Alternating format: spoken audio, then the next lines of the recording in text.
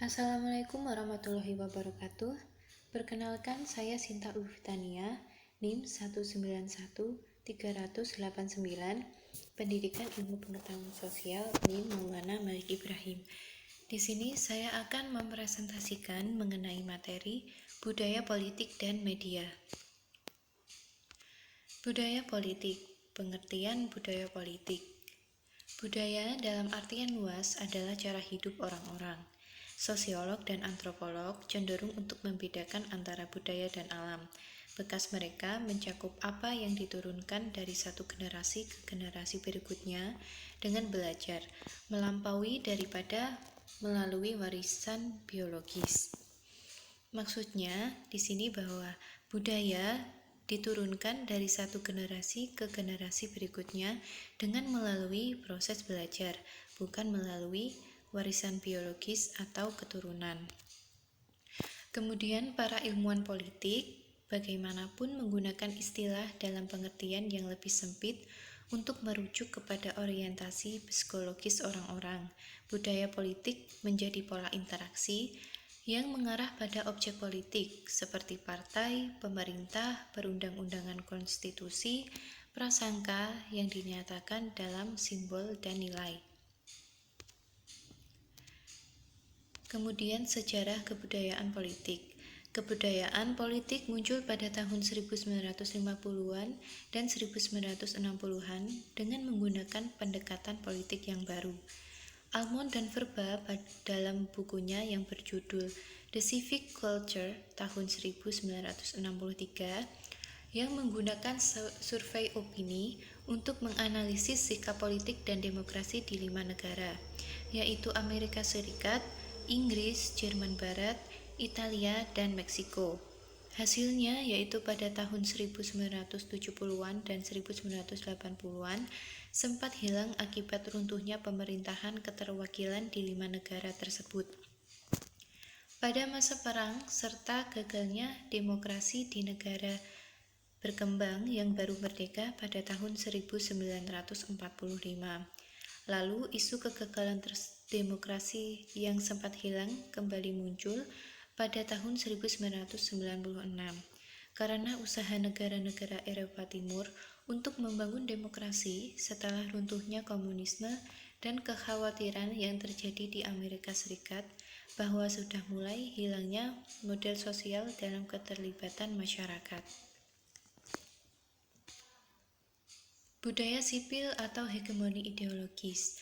Almond dan Verba mengidentifikasi budaya politik menjadi 3 jenis, yaitu kebudayaan politik partisipan, kebudayaan politik subjek, dan kebudayaan politik parokial. Kebudayaan politik partisipan. Budaya politik partisipan merupakan sebuah pemikiran yang sangat partisipatif ketika berbicara tentang keikutsertaan rakyat dalam perpolitikan. Budaya politik partisipan dianatomikan sebagai rakyat yang paham akan politik dan mereka ikut berperan aktif dalam perpolitikan. Kebudayaan politik partisipan menekankan pada peran aktif masyarakat pada perpolitikan. Kemudian kebudayaan politik subjek. Pada hal ini masyarakat cenderung pasif dan kurang berpartisipasi pada hal politik dalam mempengaruhi pemerintah. Hal ini menjadikan kapasitas mereka terbatas dalam berpartisipasi. Kebudayaan politik subjek menerangkan bahwa masyarakat mengerti tentang politik, namun enggan terlibat langsung dan tidak mau berpartisipasi ataupun berperan aktif dalam mempengaruhi pemerintah. Kemudian kebudayaan parokial. Hal ini ditandai dengan tidak adanya rasa kewarganegaraan, tidak memiliki keinginan atau kemampuan untuk berpartisipasi dalam politik.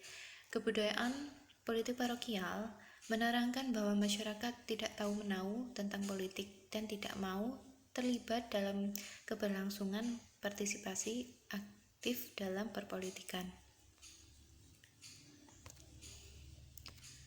Budaya sipil. Almond dan Verba berpendapat bahwa budaya sipil adalah perpaduan dari ketiganya, bahwa itu menggabungkan partisipasi warga dalam proses politik dengan kebutuhan vital pemerintah untuk memerintah.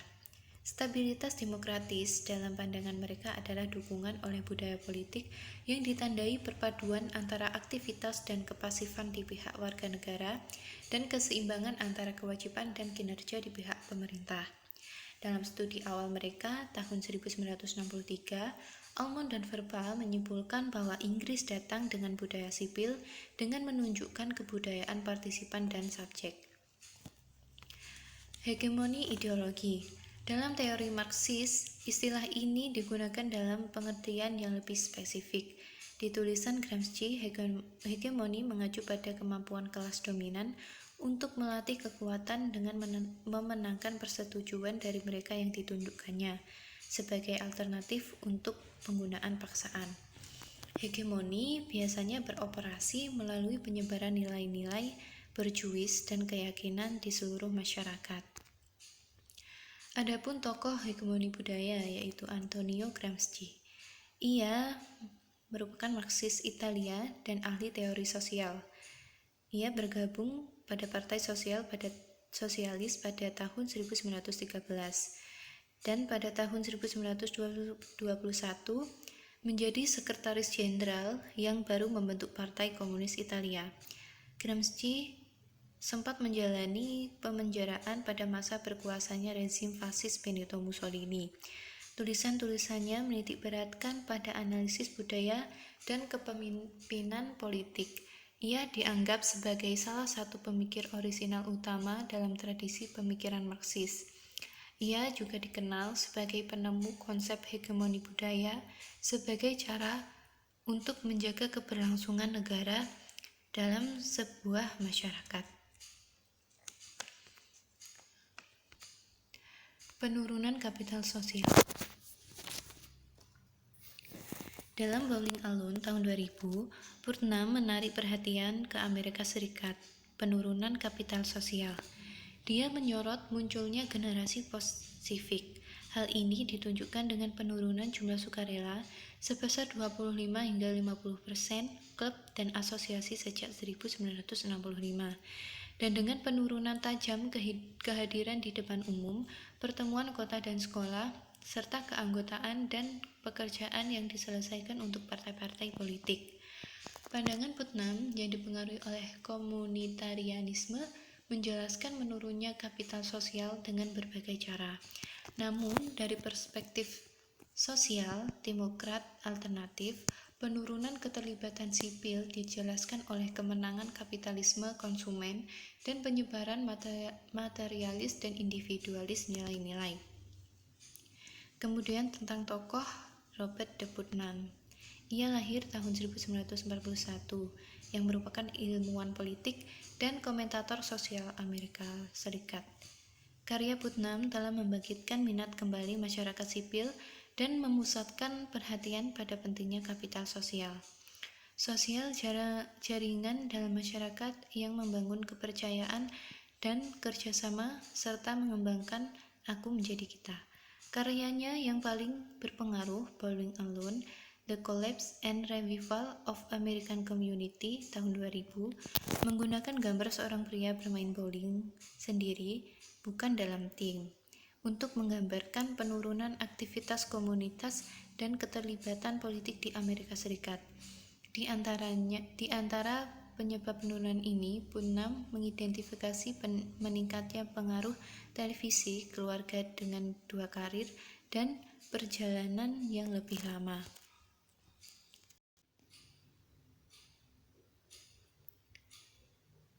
Media dan politik komunikasi. Media massa telah diakui sebagai signifikan politik sejak munculnya kewicaksamaan massal dan pers populer di akhir abad ke-19. Akan tetapi, memang demikian diterima secara luas melalui kombinasi sosial dan teknologi perubahan. Media telah menjadi aktor politik yang semakin kuat dan masuk beberapa hal lebih mendalam terlibat dalam proses politik. Kemudian, pada teori media massa terdapat beberapa model, yaitu model pluralis, Pandangan pluralis menggambarkan media dengan sangat positif persyaratan dalam menjamin informasi masyarakat. Media massa keduanya meningkatkan kualitas demokrasi dan jaminan bahwa kekuasaan pemerintah diperiksa. Kemudian, model dominan ideologi. Model dominan ideologi menggambarkan media massa sebagai kekuatan konservatif politik yang selaras dengan kepentingan elit, ekonomi, dan sosial, dan berfungsi untuk mempromosikan kepatuhan atau kepasifan politik di antara massa. Kemudian, model nilai elit. Model nilai-nilai elit mengalihkan perhatian dari kepemilikan media komunikasi ke mekanisme yang melaluinya keluaran media dikendalikan.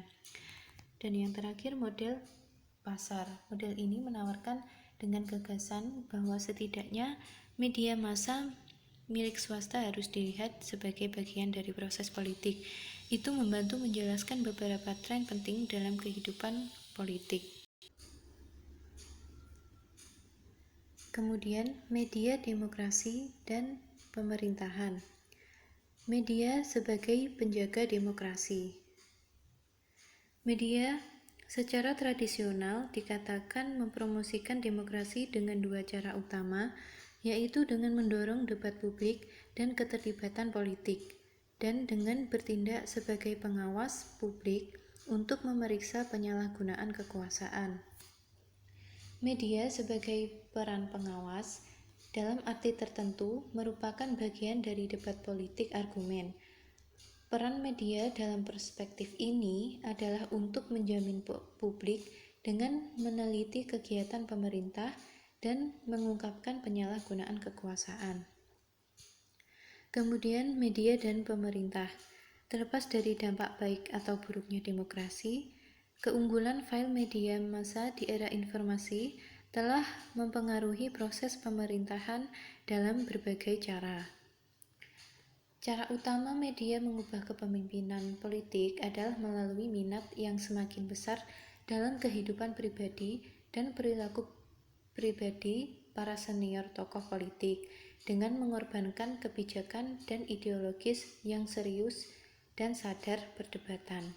Kemudian cara kedua yaitu melalui media berdampak pada budaya politik. Media terkadang dituduh menciptakan iklim sinisme korosif di antara publik yang mengarah ke pertumbuhan kekecewaan populer dengan politik pada umumnya dan kurangnya kepercayaan pada pemerintah dan politisi. Dan cara terakhir media mempengaruhi pemerintah adalah melalui media berdampak pada proses pembuatan kebijakan. Kemudian globalisasi media. Aspek pengaruh media yang telah menarik perhatian politik yang semakin besar adalah perannya dalam memperkuat globalisasi.